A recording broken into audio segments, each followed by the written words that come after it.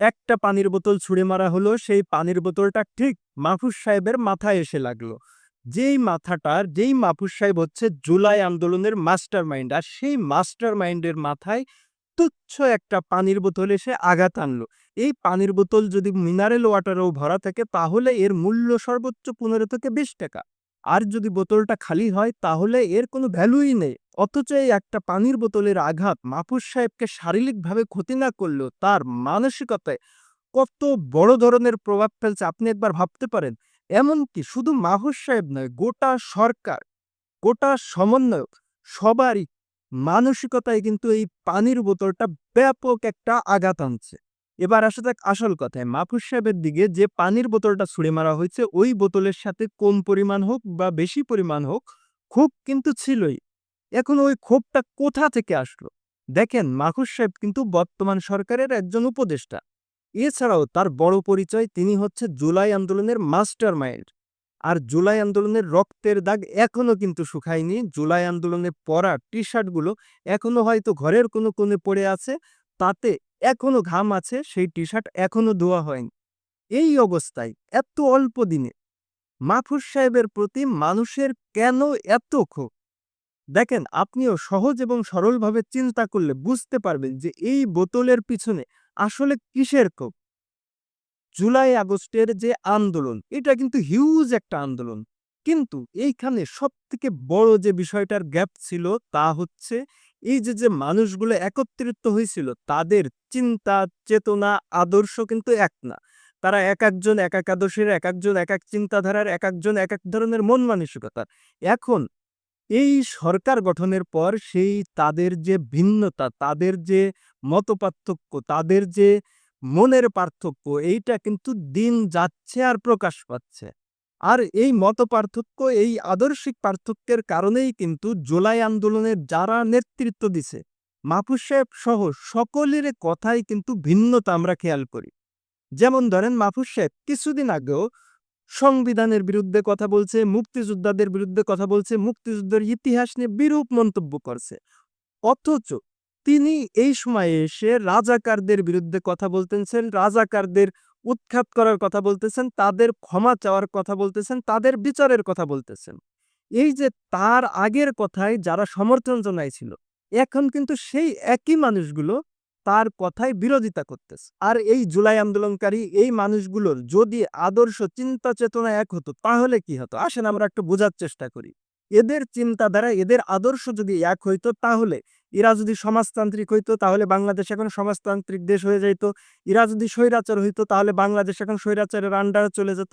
এরা যদি সাম্প্রদায়িক হইতো তাহলে বাংলাদেশ এখন সাম্প্রদায়িক রাষ্ট্র হিসেবে প্রতিষ্ঠা পাইতো, বা এরা যদি খেলাফতের পক্ষে থাকতো তাহলে বাংলাদেশে এখন খেলাফত প্রতিষ্ঠা থাকতো। জুলাই আন্দোলনকারীরা যদি আন্দোলনের আগে বা আন্দোলনের সময়ও কোনো একটা নীতি বা আদর্শ প্রচার করত এবং সেই নীতি বা আদর্শের উপরে ভিত্তি করে এই আন্দোলনটা গড়ে উঠত এবং তারা বিজয়ী হতো, তাহলে কিন্তু এখন তাদের সেই নীতি বা সেই আদর্শেই বাংলাদেশ গড়ে উঠত এবং এতে কেউ কোনো আপত্তি করার সুযোগ পেত না। এখন ধরেন নিষিদ্ধ করা হয়েছে আওয়ামী লীগকে, কিন্তু আওয়ামী লীগ যদি এখন কোনো গুপ্ত হোক বা প্রকাশ্যে হোক কোনো আন্দোলন করে, তাদের নেতাকর্মীর বাইরেও কোনো একটা লোক যদি তাদের সাথে যুক্ত হয়, তারা কিন্তু জানবে বা তারা কিন্তু বুঝবে যে আওয়ামী লীগকে যদি আবার আমরা প্রতিষ্ঠা করি, তাদেরকে যদি আবার আমরা ক্ষমতায় আনি, তাহলে এরা কতটুকু স্বৈরাচার হবে, এরা মানুষের জন্য কি করবে, এরা হিন্দুদের কতটুকু স্পেস দিবে, এরা মানে মুক্ত চিন্তার মানুষেরকে কতটুকু স্পেস দেবে, এটা কিন্তু সবাই জেনে বুঝে করবে। কিন্তু এই জুলাই আন্দোলনে এই বিষয়টার গ্যাপ ছিল। এখন যারা মুক্ত চিন্তার মানুষ তারা দেখতেছে যে আমি তো কিছু পাচ্ছি না, আমার সাথে তো এই দেশ যাচ্ছে না। আবার যে খেলাফত প্রতিষ্ঠা করতে চাইছিল, সেও দেখতেছে যে না, খেলাফত তো প্রতিষ্ঠা হচ্ছে না, আমার তো কোনো লাভ হচ্ছে না। ফলে সবার মনে কিন্তু সেই ক্ষোভটা, গভীর একটা ক্ষোভ সৃষ্টি হয়েছে যে এত কষ্ট করলাম, জীবন বাজি রেখে আন্দোলন করলাম, কিন্তু আমার সেই স্বপ্নের দেশ প্রতিষ্ঠা পাচ্ছে না। জুলাই আন্দোলনে আরো বড় যে গ্যাপটা ছিল, সেই গ্যাপটা হচ্ছে তখন বলা হচ্ছিল বৈষম্যহীন বাংলাদেশ গড়ে তোলা হবে, দুর্নীতিমুক্ত বাংলাদেশ গড়ে তোলা হবে। এখন আপনি যদি বৈষম্যহীন বাংলাদেশ গড়তে চান তাহলে কিভাবে গড়বেন? দেখেন, বাংলাদেশে যদি বৈষম্য থাকে, যেমন ধরেন আফ্রিকায় ছিল, সে জায়গায় সাদা কালো মানুষের একটা পার্থক্য ছিল, সেইখানে আইন করে বৈষম্য দূর করা যায়। সেইখানে যেমন ধরেন ক্রিকেট টিমে ২ জন কালো মানুষের মানে অবধারিত রাখতে হবে। ঠিক একইভাবে বাংলাদেশে যদি ওইরকম কোনো পরিবেশ পরিস্থিতি থাকতো তাহলে বাংলাদেশে সেই পরিবেশ পরিস্থিতি উঠায় দিয়ে আইন করে বৈষম্য দূর করা হতো। কিন্তু বাংলাদেশ তো আইনগতভাবে সেইভাবে কোনো বৈষম্য ছিল না। এখন তাহলে আপনি কিভাবে বৈষম্য দূর করবেন? এখন যদি বলেন যে আপনি ধনী গরিবের বৈষম্য দূর করবেন, আপনি ক্ষমতাবান আর দুর্বলের বৈষম্য দূর করবেন, তাহলে তো এটা সম্ভব না। কারণ এটা হচ্ছে ইউনিভার্সাল ট্রুথ। ধনী গরিবের যে পার্থক্য, বৈষম্য এটা চিরকাল থাকবে, সব জায়গায় আছে। ক্ষমতাবান এবং দুর্বলের যে পার্থক্য, এটা সব জায়গায় সব পরিস্থিতিতে আছে। সুতরাং এটা তো আসলে দূর করে দেওয়া সম্ভব না। বর্তমান সরকার পারবে না, কেউই পারবে না। আরেকটা প্রসঙ্গ হচ্ছে দুর্নীতি। এখন দুর্নীতি যদি দূর করতে হয়, বাংলাদেশের মতো এরকম হিউজ জনগোষ্ঠীর একটা দেশে দুর্নীতি দূর করতে গেলে এটা কিন্তু কোনো সহজ কাজ না। এই দুর্নীতি দূর করতে গেলে মানুষকে, মানুষের চিন্তাধারায়, মানুষের মৌলিক ভাবনায় পরিবর্তন আনতে হবে। আর এই ভাবনায়, এই চিন্তাধারায় যদি পরিবর্তন আনতে চান, তাহলে মানুষকে শিক্ষা দিয়ে, দর্শন দিয়ে তার চিন্তাধারায় পরিবর্তন আনতে হবে। আর এই পরিবর্তন কিন্তু রাতারাতি সম্ভব না। এইটা দীর্ঘ একটা প্রসেসের মাধ্যমে সম্ভব। ফলে এখন আমরা দেখতেছি এই যে আন্দোলনে বিজয়ী শক্তি, এর প্রতিটা সদস্য এরা যে যা চাইছিল তার কোনো আকাঙ্ক্ষাই বর্তমান সময়ে পূরণ হচ্ছে না।